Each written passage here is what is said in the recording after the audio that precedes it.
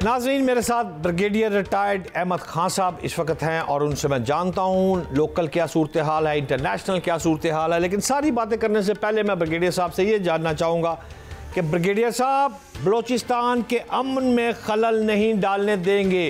Core commander conference आज इनकाद हुआ army chief general Syed Asim Munir साहब की ज़ेर सदारत में, और वाज़ेह तौर पर पैगाम जारी कर दिया है आर्मी चीफ ने। इस कोर कमांडर कॉन्फ्रेंस में बलूचिस्तान के हवाले से भी उन्होंने बात की है और इस फोरम पर उन्होंने शोहदा के इसाले सवाब के लिए फातह खानी भी की है और क्लियर किया है कि अमन में खलल डालने की इजाज़त नहीं दी जाएगी।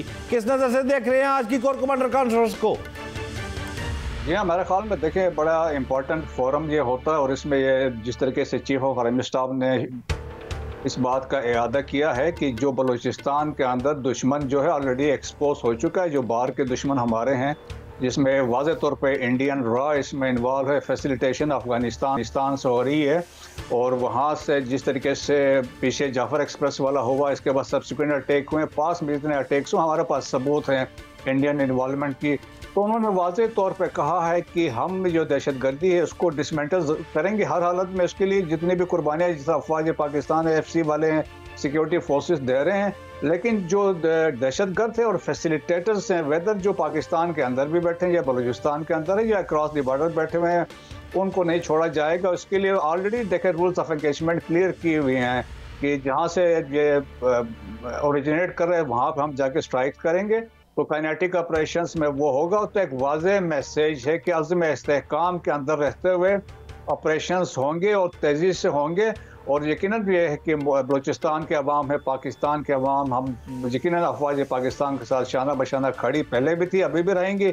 लेकिन ये है कि पाकिस्तान दहशतगर्दी को पास में भी शिकस्त दे चुका। हमारे पास मिसालें हैं, खैबर पख्तूनख्वा में आपने देख लें, स्वाद का ऑपरेशन देखे, अजरबैजान देख लें, नात वज़ीरिस्तान देख लें, अलमैज़ान देखे, और बलूचिस्तान में जो इंसर्जेंसी जो हुई थी जो पास्ट, हम सब कुछ शिकस्त दे के चुके थे।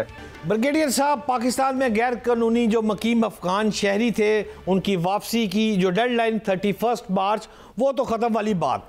अब इनकी वापसी का अमल शुरू कर दिया गया है। मैं आपसे ये जानना चाहता हूँ कि दहशतगर्दी के वाक़यात में अफगान शहरियों के मुलव्वस होने की वाज़ेह सबूत मेरे पास भी हैं और आपके पास भी आ चुके हैं। क्या अफगानियों की बेदखली से अमन अमान की सूरत हाल मेरे पाकिस्तान की जो है उसमें कोई बेहतरी का इम्कान है? किस तरह से आप देख रहे हैं किबला? जी हाँ, देखिए बिल्कुल होगी। देखें ना कि आपके पास 1979 के बाद से अभी तक आपने पीक टाइम में 55 लाख अफगानी यहाँ पाकिस्तान में थे। चले डॉक्यूमेंटेड लोग तो चले फिर भी एक किसी दायरे कार में हैं, अनडॉक्यूमेंटेड जो ऐसे लोग हैं जो पाकिस्तान के कुल अर्ज में फैले हुए हैं, स्पेशली जब आप बात करते हैं स्ट्रीट क्राइम्स में, कराची हो या बड़े शहर हो, वहाँ पे इनकी इन्वॉल्वमेंट है, फैसिलिटेशन में इन्वॉल्वमेंट है। अगर हम हिस्ट्री में जाएं, ड्रग्स है, क्लशनकोव कल्चर है, बहुत सारी चीज़ों में इनकी जो इन्वॉल्वमेंट हुई है। तो पाकिस्तान की इवन देखें कि एट प्लेसेस में बलूचिस्तान में ये तो एरियाज में बैठ के लोगों एरियाज बनाए थे पास्ट में, तो वो भी है। और इवन लोकल्स को भी एक किस्म का ये थ्रेट कर रहे हैं। मैं जब बलूचिस्तान में था तो मुझे लोगों ने उस वक्त भी बताया कि जो ज़मीनों पर इन्होंने रखे हुए थे अब उन्होंने ज़मीनें ऑक्युपाई की हुई हैं।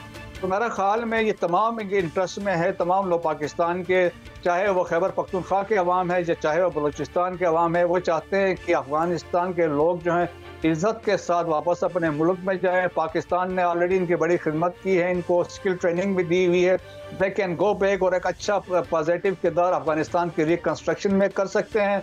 मोर इम्पॉर्टेंटली अभी रिसेंटली अमीर उल मोमिनीन जो इनका है, उन्होंने स्टेटमेंट जो ईद पे जारी की, तो उन्होंने कहा कि अफगानिस्तान में हालात बहुत पीसफुल हैं, यहाँ पे हमारी इकानमी बेहतर है। तो मेरा ख्याल में इन लोगों को उन हालात से फ़ायदा उठाना चाहिए। और पाकिस्तान के मफाद में यह है जहाँ पाकिस्तान में कोई गैर मुल्की इल्लीगली पाकिस्तान में न रहे, क्योंकि फैसिलिटेशन है, ये हायर असिस्टेंट के तौर पे भी काम करते हैं और पास में भी हमारे पास ऐसे सबूत आए हैं जिसमें ये हायर किए गए थे और लोगों को मारने के लिए। नहीं, आपने देखा होगा वज़ीर आला KP के बलूचिस्तान के जो वज़ीर आला बलूचिस्तान जो है उनके स्पोक्समैन शाहिद रिंद साहब, उन्होंने वाज़ेह तौर पर यह बात की है कि आने वाले दिनों में बड़े बम धमाके हो सकते हैं। आप किस नज़र से इनकी बात को देख रहे हैं? देखें कि दहशतगर्दों की प्रेजेंस है और स्पेशली हमने पास में एक ट्रेंड देखा था अगस्त लास्ट ईयर में। आपने देखा कि डिफरेंट एरियाज में कुछ कोशिश की गई थी और मोर रिसेंटली इसी महीने में भी, ये पिछले महीने में मार्च में भी कोशिश की गई थी, जिसमें कुछ इलाकों में लेकिन 14 दहशतगर्द मारे गए थे। बेसिकली देखें, ये प्लानिंग जो कंसीव करते हैं ये तो हॉस्टाइल एजेंसी रॉ वाले करते हैं, और अकॉर्डिंगली प्लानिंग इसकी होती है, एक आइडिया होता है, फिर इनसे एग्जीक्यूट कराते हैं, एक हब बनाना चाहते हैं, एक इम्प्लीमेंट करना चाहते हैं, और इसमें बहुत सारे डिज़ाइन है कि बलूचिस्तान के अंदर क्यों ऐसा हो रहा है। तो हमारे पास सबूत है, हमारे पास देखा ना कुलभूषण भी है। राइट फ्रॉम 1950 से, जब से अफगानिस्तान इंडिया के ताल्लुकात एस्टेब्लिश हुए हैं, उन्होंने बलूचिस्तान में, खैबर पख्तूनख्वा में पाकिस्तान को डिस्टेबलाइज करने की कोशिश की है। हम देखें जी, जो सिक्योरिटी फोर्सेस हैं, स्पेशली पाकिस्तान आर्मी है, फ्रंटियर कोर हैं, वो बिल्कुल हर हालत में अपने रोल अदा करने के लिए तैयार है। हम तवक्को करेंगे कि ख़ास तौर पर जब बलूचिस्तान में बात करते हैं तो लेवीज़ की, तो दिस द रिक्वायरमेंट कि हमें उनको इस बारे में सोचना चाहिए, उनका क्या रोल होना चाहिए। 84% में लेवीज़ बैठे हैं।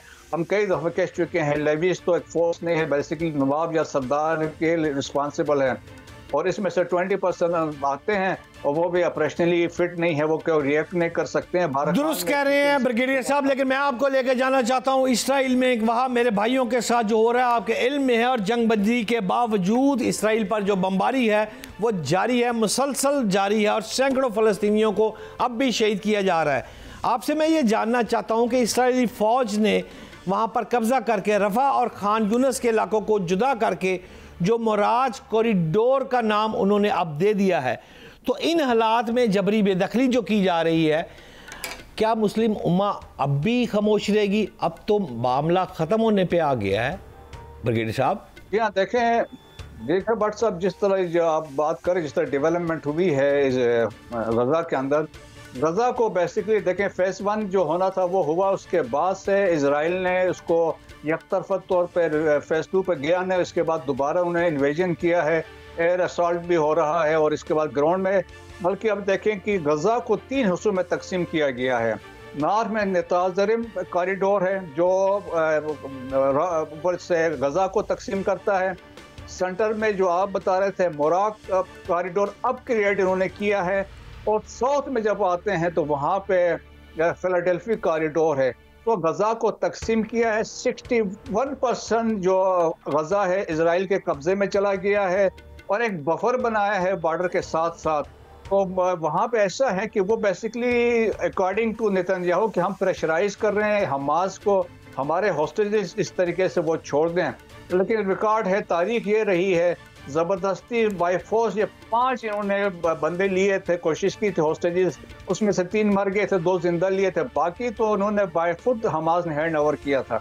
तो मेरा ख्याल में जिस तरीके से वहाँ पे डेवलपमेंट अभी हो रही है, जिस तरीके से ईरान को भी थ्रेट्स जा रहे हैं, सीरिया में भी इनकी इन्वेजन से, लेबनान में भी हमले हो रहे हैं, वेस्ट बैंक में मसाइल हैं, तो और फिर यूनाइटेड स्टेट्स का अपना बिल्डअप हो रहा है रेड सी में, तो बड़े सीरियस डेवलपमेंट्स रीजन में हो रही हैं।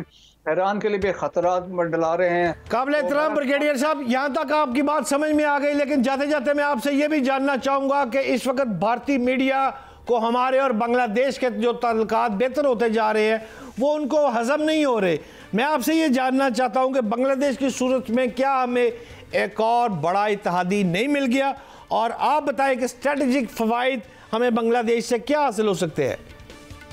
देखें जी, एक तो 2 नेशन थ्योरी वाली बात कर रहे थे कि वो बंगाली अलग हो गए, पाकिस्तानी अलग है, तो अब वो थ्योरी रेटिफाई हो गया कि जो बंगाली मुसलमान हैं पाकिस्तानियों के साथ भी खड़े हैं, और वो कायद-ए-आज़म की भी बात करते हैं, अल्लामा इकबाल की भी बात करते हैं, और स्पेशली जो अब जो डॉक्टर यूनुस की ये गवर्नमेंट है या पब्लिक ओपिनियन है वो पाकिस्तान के साथ खड़े हैं, और जिस तरीके से हमने विजुअल्स देखी हैं वो बड़ी ज़बरदस्त किस्म की है। लेकिन इंडिया को आग लग गई है। रिसेंटली जो डॉक्टर यूनुस ने एक स्टेटमेंट दी थी चाइना में जाके, उन्होंने ये कहा था कि नॉर्थ ईस्ट इंडिया के 7 स्टेट्स हैं, 7 के 7 स्टेट्स, वैसे उनका बैकग्राउंड है, 7 के 7 states they are struggling for independence from India. वो क्रिश्चियंस हैं, मंगोलाइट्स हैं, वो कहते हैं हम मेनलैंड इंडिया से अलग थलग। तो उन्होंने डॉक्टर साहब ने ये कहा था कि जी ये लैंड लॉक कंट्री से फ्यूचर में जब कोई कारोबार होगा तो वो थ्रू बांग्लादेश कर सकते हैं। तो उनसे ज़्यादा आग लग गई है।